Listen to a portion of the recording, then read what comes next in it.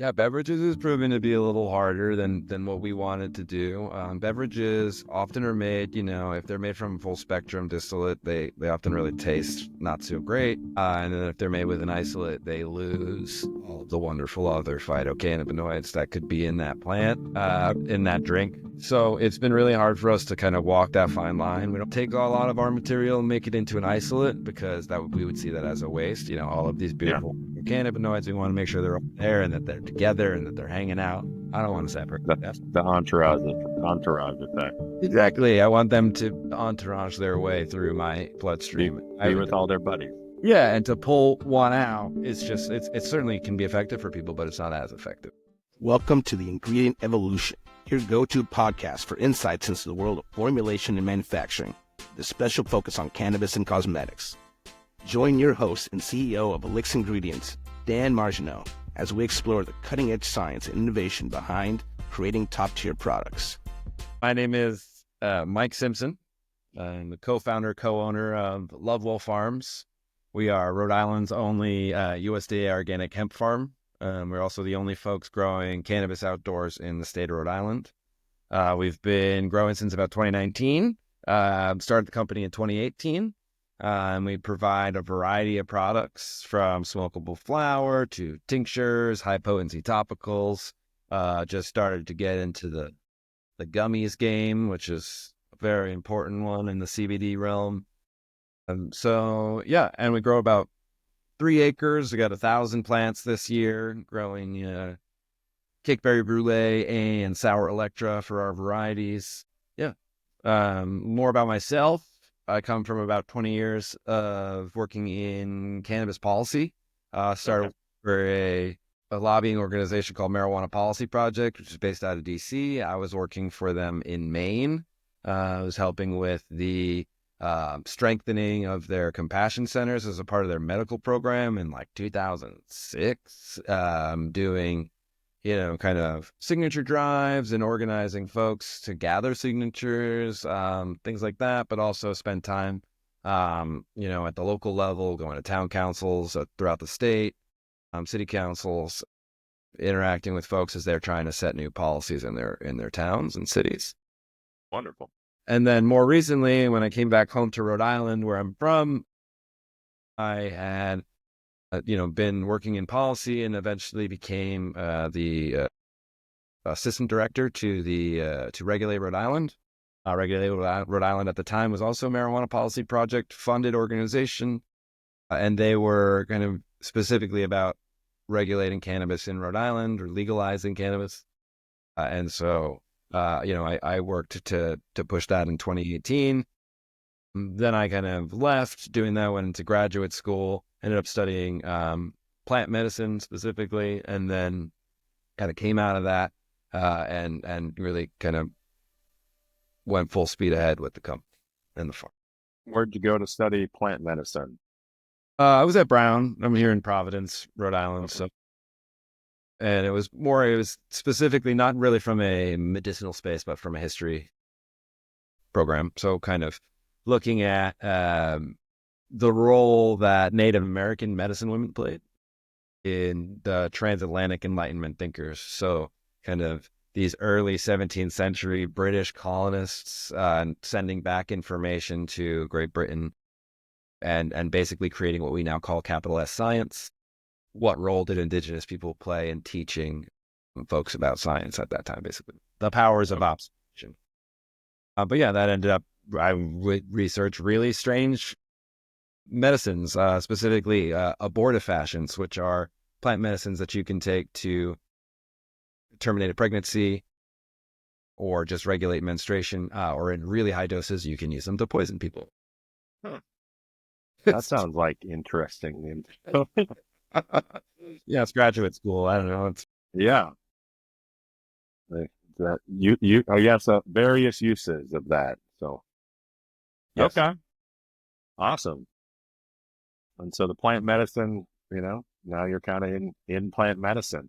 Yeah, I mean the policy space that I had been in for like the 2 decades was really a great place to advocate from. You can advocate, you go to these council meetings and stuff like that, and it's good to help and affect and change policy, and you're making a paycheck doing it, so it makes it even easier that way. But a lot of times folks won't listen to you because you're a lobbyist, because you're working for a company that's from DC or something like that. So it's even more, in my mind, it was more helpful to start a small business, because certainly legislators listen to small business owners, and Sometimes. that's the idea, right? Is that they Yeah. listen to small business owners, and sometimes they listen to the lobbyists instead. But the idea being that it's a good place to advocate from, and they certainly give you at least a seat in the table. Whether or not they listen to you, they'll give you a seat at the table as a small business owner. And so it was my idea to use a business like this as a means to kind of continue my work in advocacy. So doing work with cannabis equity more specifically, and more recently, that's really been something that's been a major focus of my own work, but also, Getting everybody involved. yep, the idea. Awesome. Awesome. So with the business, you said you got about 1,000 plants this year. What's the plans going forward? Yeah, so we've been growing for many years now, and we kind of have our same system, which is, chop everything down, hang it up, let it go for about 10 to 12 days, take it down, do that 3 times, oftentimes, to fill the drying barn to get everything out of the field.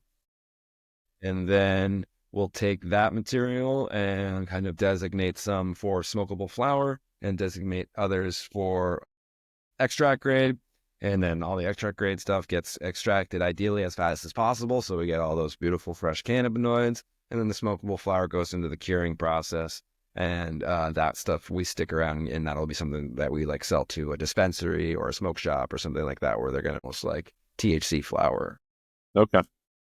And do you have your own dispensary on that, or how does the Rhode We Island? operate as a distributor Okay. to a variety of retailers throughout the state, including dispensaries. So we only have 7 throughout the state. Yeah. We're in we'll say 2.5 of those. Okay. And it's been kind of an uphill battle even doing that, but we've finally done that. And so those are really great accounts for us. We're in the process of now doing the same thing in Massachusetts and getting into the Massachusetts market, and selling our products as a distributor into the mass market, with a mass license. So that's been good. And yeah, and our products really range. Like I said, we have that smokable flour, which would sell like a dispensary or a smoke shop. But then we take all that stuff that we were extracting and we get that into a distillate, high CBD distillate, and we use that to make a variety of products, from, tinctures, which can be useful for sleep, or, anxiety, or even ADHD. Some folks will say helps them. Capsules, which are basically our tinctures in capsule form. Gummies, which is kind of, like I said, a new product for us. High potency topicals, which we mix with a bunch of different herbs, kind of in line with the plant medicine mentality. And same thing, we have our CBD plus line, which is not just tinctures, but has tinctures that, for example, we have a CBD plus sleep tincture, and the sleep tincture has chamomile, hops, and poppy, in addition to CBD and another wonderful phytocannabinoid, CBN. And, that's specifically meant to help people sleep. But then we also have our focus tincture and an immunity tincture. So one meant to kind of be uplifting for daytime daily use, and the other one to kind of help and boost the immune system. And yeah, smokable flour. And then more recently, we also released vape cartridges. So that's really great, from our own, distillate and concentrates, which we use from our farm. And so that's really like got our own natural terpenes in there, and really tastes great. And it's stuff like high quality stuff that we can stand by. And also it's USDA organic. So, the farm itself. So, the inputs to that vape cart's not going to have any pesticides, and that, what you're going to be inhaling is not going to, have any of those kind of poisonous concerns. Yeah, that seems like a pretty good benefit to not be inhaling poison. I mean, Depends on who you ask, but yeah, I mean, I would agree with that. yeah, all day. Yeah. Well, that's awesome. Um, What about, what kind of extraction methods do you guys use? So we use the CO2 extraction, and that's actually done in Maine because we don't Okay. have equipment on site, and there's nowhere in southern New England that does it specifically where we look for a USDA organic extractor. Yeah. But if we were looking for a regular extractor, there's almost no one in southern New England. So I have to drive about 5 hours north to get Wow. material extracted, which in some states you'd be in the same state, but in New Yeah. England, I drive through 4 states, and oftentimes with hundreds of pounds of cannabis flower in a U-Haul. So Yeah. that has been a fun experience. I make sure I have all my paperwork when I do that. Yeah, definitely. But you know, that has been like the kind of one chink in the armor, and we hope that we'll be able to I hope in the future have that on site on the farm, and then we can really kind of be truly vertically integrated and have our hands in everything, and potentially provide the help in southern New England that is then provide that service for other farmers, which is just not there, and have to drive all the way up to Lewiston to get Yeah. that. Make the difference. I know, especially those extraction machines, they can hold on to, tidbits of previous extractions. So it's important to make sure that's good inputs and good outputs. Yeah, say there's like imidacloprid, which is this toxic neurochemical that many folks put in pesticides because it affects the nervous system of bugs, and then they just kind of right. So, but the thing that I am selling my products for is for people who have issues with their nervous system. Yeah. So it would literally do the exact opposite of what I'm seeking to do with my product. So you want to really ensure that something like that's not, especially in concentrated form, right? So not in just like on your plants, but then like in something like a distillate where you put that into a cartridge and you inhale that. That's bad. Yeah, definitely. What about technologies or ingredients that kind of help separate you guys? Just our organic inputs, especially in the state of Rhode Island, we're the only folks growing outside. So we really try to push the outdoor cultivation perspective. Plenty of other states in the region, New York, Mass, and Maine, everybody, they allow outdoor grow. Vermont, it's not the end of the world. Here for THC flower, it's just not allowed for commercial use. You can grow, 3 plants for yourself in the backyard, but you can't, do a field like we're doing with CBD for the CBD flower. So that really sets us apart. We say that scientific studies have really pointed out that outdoor cultivation is ultimately the carbon footprint of indoor cultivation. So really trying to just push as the cannabis industry continues to grow throughout the country that outdoor grow is the greener option. Yeah. Trying to maintain environments indoors is just really problematic, and it's not just the climate control, but the lights, etc. All of this is contributing to a really, really high carbon footprint. And I just use the big light in the sky. Yeah. It's my technology. The one that is truly a full spectrum light that you don't have to worry about burning out. Yeah. That's and the one of the things though, technology wise, I would say that we've gotten more recently is a peristaltic pump. So this helping us to do all of our individual tinctures, but also capsules and vape cartridges. And so it just makes everything basically, I say I want 30 milliliters to come out of this. And it just, instead of having that human error of 30.1 milliliters, 30.2 milliliters, 29 milliliters, every single one is 30.0 milliliters. Boom. And so the uniformity, really nice. But then also just for Devin, who is our director of manufacturing, really easy for him to get that project now done much quicker. And I would say much more repeatable. As an industrial engineer, I very much am down with automating stuff, with putting in processes and systems into place to make them repeatable. Yeah, and that's and the repeatable nature of that, the ability to go so quickly and just kind of press the button and it's auto instead of eyeing and then maybe going back and a little bit more, that consistency of that. Yeah. then being able to do that in something like capsules, and it lowers our labor costs for it, the overall timing per product. So now the price of that product, even though maybe we'll keep it at the same, we're getting much bigger profit margin on that. That is, has been really, really helpful. And we say for Devin's morale as well. Yeah. I mean, it's scalable at that point, right? Yeah. And we wouldn't do if there's potentially, it kept us from keeping that product as opposed to not making it anymore because it took too much time to make it. That's also something I think was really important to consider. Awesome. Yeah. And our pre-call, you had mentioned possibly looking into beverages or things like that. Yeah, beverages has proven to be a little harder than what we wanted to do. Beverages often are made, if they're made from full spectrum distillate, they often really taste not so great. And then if they're made with an isolate, they lose all of the wonderful other phytocannabinoids that could be in that plant, in that drink.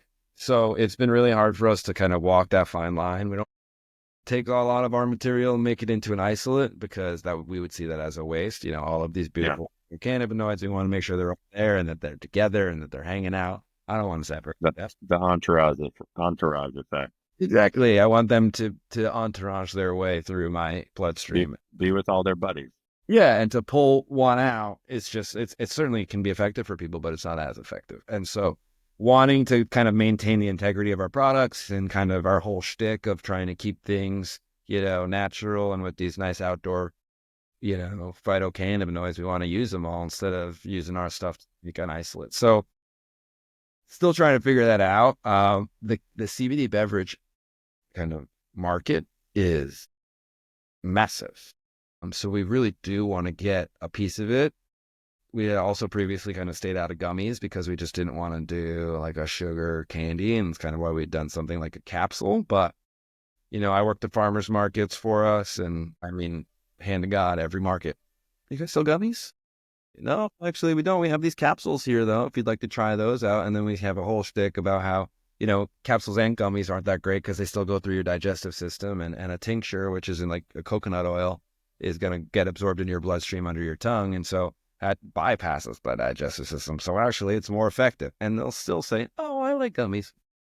So, we inevitably had to come back and we finally bit the bullet and we're using our own distillate to make gummies. And, it'll be our own product and we'll be able to say that as opposed to like outsourcing somebody else's stuff and putting it in there. So we at least can stand by the effectivity of what the inputs. Yeah. And then it'll just increase our product line. We'll have them on the website. People will buy them. People are searching for that. It's basically, we work with our social media marketing team and they have, they'll let us know what search terms are the hot search terms. And right now we're going after CBD flower because that's a really big one, but so is CBD vape and CBD gummy. So that's like the third biggest search term related to CBD. So we're really trying to just kind of get that one. CBD beverage, really not even in those conversations. At least people searching it online, they're not doing that. They see it, I guess, everywhere that they would need to, in a liquor store or what have you. So liquor stores, grocery stores, things like that. Yeah. Yeah. Convenience store. Things that are not really allowed in Rhode Island. They've really regulated the beverage industry in the state, which is also probably one of the reasons we don't have one. A thing that I would be interested in, though, not even necessarily a beverage, but a beverage additive. So like a syrup. Yeah. Which could be added to like a soda water and kind of be made into like a sweet soda, like a bitters almost. And something, again, that you add to a non-alcoholic drink because in Rhode Island, it's illegal to combine CBD or any cannabis with alcohol in a drink. But you could certainly make all sorts of cannabis-based mocktails that are going to calm down, an individual while, still letting them hopefully drive home safely. Yeah. Or just the additive in and of itself, like that Mio style kind of drink additive. I think there's a big market in that side of it. Yeah. You can, you let it be their journey, their decision as to what they want to put that into. Yeah. And keep it, just on the rack with everything else, and so somebody comes in with a mocktail and say, hey, would you like the CBD mocktail? And it's like, yeah, I would. All right, cool. Here, I'm going to use this CBD syrup. I'm going to make you a mojito, but it's not going to have any booze in it. But when I do put the booze in, I'm actually going to put this CBD syrup in there, and you're going to have a nice calm. Yeah, absolutely. Absolutely. Well, what other topics, what other things are you want to make sure we talk about today? Well, I think we covered it. I think one of the things that, I really want to stress is just kind of the what I already brought up about carbon footprint, 1/25th outdoor to indoor, and really push, listeners and viewers, et cetera, to really think about outdoor cultivation over indoor cultivation, and the work that the cannabis plant does broadly for the environment when it's in the ground is incredible. So, pollinator, et cetera. It's really good even if you weren't using it to absorb toxins from the soil. So they actually used hemp in Chernobyl. Like after the accident, they planted a bunch of hemp to absorb the radiation out of the ground because the root system's so big, goes so deep, and it can store a lot of radiation in it. So it's an incredible plant, and when we put it in the ground, we really benefit the environment around it. So I'm really advocating for that. But also, I think that at the same time, kind of advocating for outdoor cultivation and advocating for the environment, it's also advocating for cannabis equity, which is the idea that based in the idea that the war on some drugs and users put depending on where you are in Rhode Island, Black men are 8 times more likely to be arrested for drug crimes than white men. And so for an industry that, wants to address that and recognize that we need to make a place for those folks who have been disaffected by the war on some drugs and users. And so carving out a space, which we've done here in Rhode Island with what we call our cannabis equity license. We've made a license specifically available to somebody who has potentially had a cannabis felony in the past or comes from a community that has ultimately been disaffected by the war on drugs. So, I think that that's really important, and to advocate and to continue to advocate for folks in the cannabis industry to recognize that this entire industry was built off of an illegal market that was kept running for decades in this country by people of color, and for them to now no longer in a legal market get access to the kind of same levels of opportunity that white men, as we know, this industry is also very male dominated. I think that women have done a really great job of trying to reclaim that, and I've seen so many more, I think, from the beginning, like women-owned businesses and like kind of really marketing themselves as such. But I would say that, that might be growers. I would say, like, if you look at dispensary owners, I would say it's very still in Massachusetts specifically, Rhode Island definitely, because there's only 7, but Massachusetts, where they have like 400 or more, still very racially inequitable and probably gender inequities. So, just kind of advocating for that stuff and saying that, as we continue to build this market, because we still don't have a national market, which when that happens, and it will happen, we're going to see really crazy innovations, like there's places like Rhode Island where you can smoke outdoors wherever you can smoke tobacco. So wherever it's legal, I mean, some places it's just not legal to smoke tobacco, so I wouldn't smoke there anyway, but you can smoke wherever you can smoke. In New York, very legal to smoke outdoors. Other places, it's just completely banned. So what's that going to look like nationally? Well, maybe, there's opportunities for cafes, like Amsterdam style, like coffee shops where people are being able to kind of go and partake in this stuff in a location, which is really not a thing that exists, only in like small pockets. So seeing how that innovation could work on the national level would be fantastic, but we have to ensure that there is, a cannabis equity component to that. Because if we don't, and we don't like get that started, even here, like in Rhode Island as a model, it's like that when we do go national, that people can look to us and say, wow, this is a great way of doing this. We want to ensure that that's part of that original conversation from the get-go, because, like I said, we don't want to leave out these folks that were ultimately most affected by the war on drugs. I want to give everybody opportunities. Yeah, and kind of level the playing field in a sense, so that those opportunities can just kind of continue as we move forward in this industry, and as it continues to grow, just kind of integrate that at its root, to use a wonderful planting term, and really let it grow from there. Awesome. Well, thank you for your time.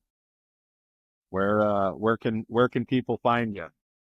So we're on all socials. Instagram's probably our most popular one. That's Lovewell Farms, LOVEWELLFARMS, Lovewell Farms. And we're on Twitter. I think we're on TikTok, LinkedIn, Facebook.